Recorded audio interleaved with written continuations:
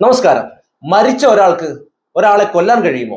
കേൾക്കുമ്പോൾ അതിശയം തോന്നാം. എന്നാൽ വൈക്കിംഗ് യുഗത്തിലെ ഏറ്റവും കരുത്തനായ പോരാളിയായിരുന്ന സിഗർഡ് ദ മൈറ്റിയുടെ മരണം ഇന്നും ചരിത്രത്തിലെ ഏറ്റവും വിചിത്രമായ ഒന്നായി കണക്കാക്കപ്പെടുന്നു. AD 9-ാം നൂറ്റാണ്ടിൽ സ്കോട്ട്ലൻഡിലെ ഓക്നിയിലെ രണ്ടാമത്തെ പ്രഭുവിനെ സംബന്ധിച്ചുള്ളതാണ് ഈ ചരിത്രകഥ.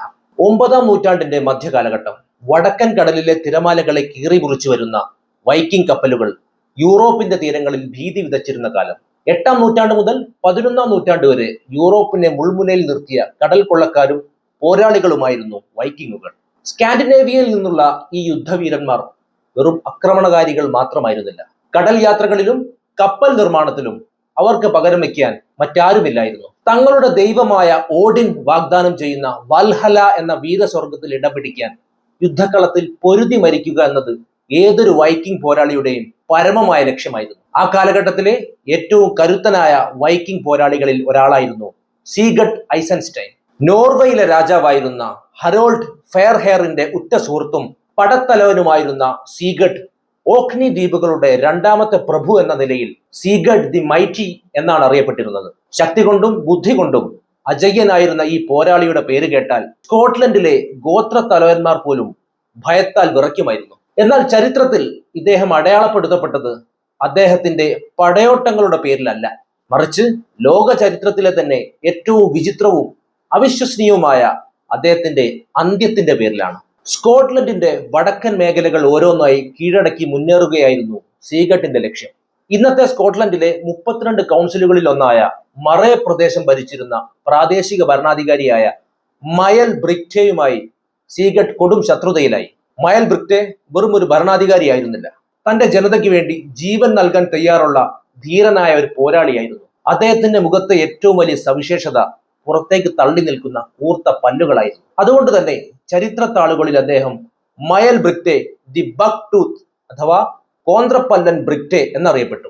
ചരിത്രരേഖകളിൽ അദ്ദേഹം ബക്ക് ടൂത്ത് എന്ന് വിളിക്കപ്പെട്ടത് ശാരീരികമായ ഒരു പ്രത്യേകത കൊണ്ടാണെങ്കിലും സ്കോട്ടിഷ് ഗോത്രങ്ങൾക്കിടയിൽ അദ്ദേഹം ഒരു അജയ്യനായ വേട്ടക്കാരൻ എന്ന നിലയിലാണ് അറിയപ്പെട്ടിരുന്നത്. അദ്ദേഹത്തെക്കുറിച്ച് അന്ന് പ്രചരിച്ചിരുന്ന ഒരു കഥ ഇപ്രകാരമാണ്. 9-ാം നൂറ്റാണ്ടിലെ സ്കോട്ട്ലൻഡിലെ മറേ പ്രവിശ്യ നിബിഡമായ വനങ്ങളാൽ സമൃദ്ധമായിരുന്നു. അക്കാലത്ത് വടക്കൻ കാടുകളിൽ ഭീതി വിതച്ചിരുന്ന ഒരു കൂറ്റൻ കാട്ടുപന്നിയെക്കുറിച്ചുള്ള കഥകൾ പ്രചരിച്ചിരുന്നു. സാധാരണ പന്നികളെക്കാൾ വലിപ്പമുള്ളതും അതിന്റെ തേറ്റ വാളുകളെക്കാൾ മൂർച്ചയുള്ളതുമായിരുന്നു. പല പോരാളികളും അതിനെ വേട്ടയാടാൻ ശ്രമിച്ചെങ്കിലും പരിക്കേറ്റ് മടങ്ങുകയായിരുന്നു ഫലം. എന്നാൽ തന്റെ ജനതയെ ഈ ഭീതിയിൽ നിന്ന് രക്ഷിക്കാൻ മയൽ ബ്രിക്റ്റെ ഒറ്റയ്ക്ക് കാട്ടിലേക്ക് തിരിച്ചു. വൈക്കിങ്ങുകൾ കടൽ കടന്ന് വരുന്നതിന് മുമ്പുള്ള ഒരു കാലമായിരുന്നു അത്. ദിവസങ്ങളോളം കാട്ടിൽ തിരച്ചിൽ നടത്തിയ മയൽ ബ്രിക്റ്റെ ആ മൃഗത്തെ കണ്ടെത്തി. തന്റെ കുന്തം ഉപയോഗിച്ച് അതിനെ നേരിടാൻ ശ്രമിച്ചെങ്കിലും പന്നി കുന്തം തകർത്ത് കളഞ്ഞു. ആയുധമില്ലാതെയും പതറാത്ത അദ്ദേഹം തന്റെ ശാരീരിക കരുത്തുപയോഗിച്ച് ആ വന്യമൃഗത്തെ നേരിട്ടു. ഒടുവിൽ തന്റെ പ്രശസ്തമായ ആ കൂർത്ത പല്ലുകൾ കൊണ്ട് പന്നിയുടെ കഴുത്തിൽ ആഞ്ഞുകുത്തി അതിനെ കീഴടക്കി എന്നാണ് നാടോടി കഥകൾ പറയുന്നത്. ഈ സംഭവത്തിന് ശേഷമാണ് ബക്ക് ടൂത്ത് എന്നതൊരു പരിഹാസ പേരല്ല, മറിച്ച് അദ്ദേഹത്തിന്റെ പോരാട്ട വീര്യത്തിന്റെ അടയാളമാണെന്ന് ജനങ്ങൾ വിശ്വസിച്ചു തുടങ്ങിയത്. അതുകൊണ്ട് തന്നെ സീഗട്ടിന്റെ വമ്പിച്ച സൈന്യത്തെ നേരിടാൻ തക്ക സൈനിക ബലം തനിക്കില്ലെന്ന് മയൽ ബ്രിക്റ്റേക്ക് നന്നായി അറിയാമായിരുന്നെങ്കിലും കീഴടങ്ങാൻ അദ്ദേഹം തയ്യാറായിരുന്നില്ല. യുദ്ധം അനിവാര്യമായി വന്നപ്പോൾ അനാവശ്യമായ രക്തച്ചൊരിച്ചിൽ ഒഴിവാക്കാനാണെന്ന വ്യാജേന സീഗട്ട് ഒരു നിർദ്ദേശം മുന്നോട്ട് വെച്ചു. ഓരോ വശത്തു നിന്നും 40 മികച്ച പോരാളികളെ മാത്രം അണിനിരത്തി ഒരു പോരാട്ടം നടത്താം, അതിൽ ജയിക്കുന്നവർ പ്രദേശം ഭരിക്കട്ടെ എന്നതായിരുന്നു ആ കരാർ. ഒരു വൈക്കിംഗ് പ്രഭുവിന്റെ വാക്കുവിന് വലിയ വിലയുണ്ടെന്ന് വിശ്വസിച്ച മയൽ ബ്രിക്റ്റെ ഈ വെല്ലുവിളി സ്വീകരിച്ചു. എന്നാൽ കരുത്തനായ സീഗട്ടിന്റെ ഉള്ളിൽ ചതിയുടെ കൂരമ്പുകളായിരുന്നു. നിശ്ചയിച്ച ദിവസം യുദ്ധഭൂമിയിലേക്ക് മയൽ ബ്രിക്റ്റെ തന്റെ 40 ധീരരായ പടയാളികളുമായി എത്തി. എന്നാൽ ദൂരെ നിന്നും കുതിരകളുടെ കുളമ്പടി ശബ്ദം കേട്ടപ്പോൾ തന്നെ അവർക്ക് എന്തോ ഒരു അപകടം മണത്തു. സീഗട്ട് തന്റെ 40 കുതിരകളെയാണ് യുദ്ധത്തിന് കൊണ്ടുവന്നത്. പക്ഷേ ഓരോ കുതിരപ്പുറത്തും 2 സൈനികർ വീതം ഇരിക്കുന്നുണ്ടായിരുന്നു. അതായത് കരാർ ലംഘിച്ചുകൊണ്ട് 40 പേർക്ക് പകരം 80 വൈക്കിംഗ് പോരാളികളെയാണ് സീഗട്ട് ചതിയിലൂടെ അണിനിരത്തിയത്. വഞ്ചിക്കപ്പെട്ടു എന്ന് മനസ്സിലാക്കിയ മയൽ ബ്രിക്റ്റെ പതറിയില്ല. തന്റെ പടയാളികളെ നോക്കി അദ്ദേഹം വിളിച്ചു പറഞ്ഞു, നമ്മുടെ ശത്രുക്കൾ ചതിയന്മാരാണ്, എങ്കിലും മരണം മുന്നിൽ കണ്ടുകൊണ്ട് നാം പോരാടും. ഓരോ സ്കോട്ടിഷ് പോരാളിയും 2 വൈക്കിങ്ങുകളെ വീഴ്ത്തിയാൽ വിജയം നമ്മുടേതാകും. ആ ചെറിയ സൈന്യം വന്യമായ ആവേശത്തോടെ പോരാടി. സ്കോട്ടിഷ് പടയാളികൾ ഓരോരുത്തരും സിംഹങ്ങളെ പോലെയാണ് വൈക്കിങ്ങുകളെ നേരിട്ടത്. എണ്ണത്തിൽ കൂടുതലായിരുന്നിട്ടും സീഗട്ടിന്റെ സൈന്യത്തിന് മയൽ ബ്രിക്റ്റയുടെ സംഘത്തെ തകർക്കാൻ ഏറെ കഷ്ടപ്പെടേണ്ടി വന്നു. എന്നാൽ ഒടുവിൽ എണ്ണബലത്തിന് മുമ്പിൽ ആ ധീരന്മാർക്ക് വീഴേണ്ടി വന്നു. യുദ്ധം അവസാനിച്ചു. മയൽ ബ്രിക്റ്റയുടെ തല സീഗട്ട് സ്വന്തം കൈകൊണ്ട് വെട്ടിയെടുത്തു.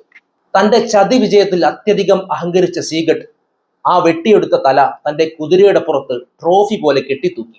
തന്റെ ശത്രുവിനെ മരണശേഷവും അപമാനിക്കാനായിരുന്നു സീഗട്ടിന്റെ തീരുമാനം. തന്റെ സൈന്യത്തോടൊപ്പം ആർപ്പു വിളികളുമായി സീഗട്ട് തന്റെ താവളത്തിലേക്ക് മടക്കയാത്ര ആരംഭിച്ചു. മയൽ ബ്രിക്റ്റയുടെ തല കുതിരയുടെ പാർശ്വങ്ങളിൽ ആടിക്കൊണ്ടിരുന്നു. യാത്രയുടെ ഓരോ ഘട്ടത്തിലും ആ തലയിൽ നിന്ന് രക്തം കുതിരപ്പുറത്തും സീഗട്ടിന്റെ വസ്ത്രത്തിലും തെറിക്കുന്നുണ്ടായിരുന്നു. കുതിര വേഗതയിൽ ഓടുമ്പോൾ മയൽ ബ്രിക്റ്റയുടെ ആ വിഖ്യാതമായ പല്ലുകൾ സീഗട്ടിന്റെ വലതുകാലിൽ ആഞ്ഞുരഞ്ഞു. പല്ലുകൾ കൊണ്ട് കാലിൽ ഒരു പോറലുണ്ടായി. ഒരുപക്ഷെ സീഗട്ട് അത് അറിഞ്ഞിരിക്കാം.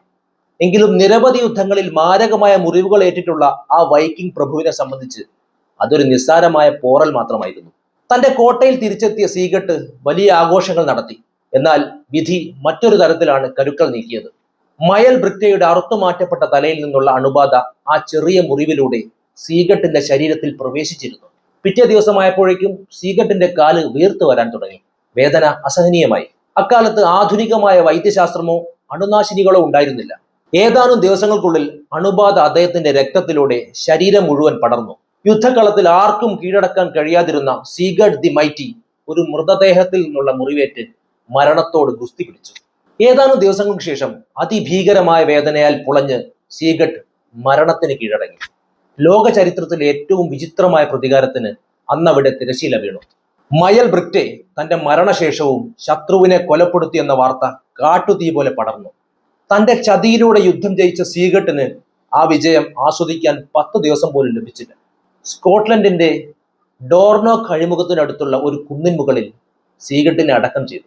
ഈ സ്ഥലം ഇന്നും സീഗട്ട് ഹൗ അഥവാ സീഗട്ടിന്റെ കുന്നിൻപുറം എന്നറിയപ്പെടുന്നു. ഈ ചരിത്ര സംഭവം ഇന്നും ലോകമെമ്പാടുമുള്ള ചരിത്ര കുതുകികൾക്കിടയിൽ ചർച്ച ചെയ്യപ്പെടുന്നു. ചതിയിലൂടെ നേടുന്ന വിജയം ഒരിക്കലും ശാശ്വതമാകില്ല എന്ന വലിയൊരു പാഠം സീഗട്ടിന്റെ മരണം നമ്മെ പഠിപ്പിക്കുന്നു. ഒരു ശത്രുവിനെ തല വെട്ടിയെടുത്താലും ആ ശത്രുവിന് തന്റെ ആത്മാഭിമാനം കൊണ്ട് മരണാനന്തരവും പോരാടാൻ കഴിയുമെന്നതിന്റെ ഉത്തമ ഉദാഹരണമാണ് മയൽ ബ്രിക്റ്റയുടെയും സീഗട്ടും തമ്മിലുള്ള ഈ പോരാട്ടം. സീഗട്ടിന്റെ പേരിനൊപ്പം മൈറ്റി അഥവാ അതിശക്തൻ എന്നുണ്ടെങ്കിലും ചരിത്രം അദ്ദേഹത്തെ ഓർക്കുന്നത് വിധി കാത്തുവെച്ച ആ ക്രൂരമായ തമാശയുടെ ഇരയായാണ്. ഒരർത്ഥത്തിൽ യുദ്ധഭൂമിയിൽ തോറ്റ മയൽ ബ്രിക്റ്റെ ചരിത്രത്തിന് മുന്നിൽ വലിയൊരു വിജയിയായി മാറുകയും ചെയ്തു. മറ്റൊരു വിഷയവുമായി വീണ്ടും കാണാം. നന്ദി.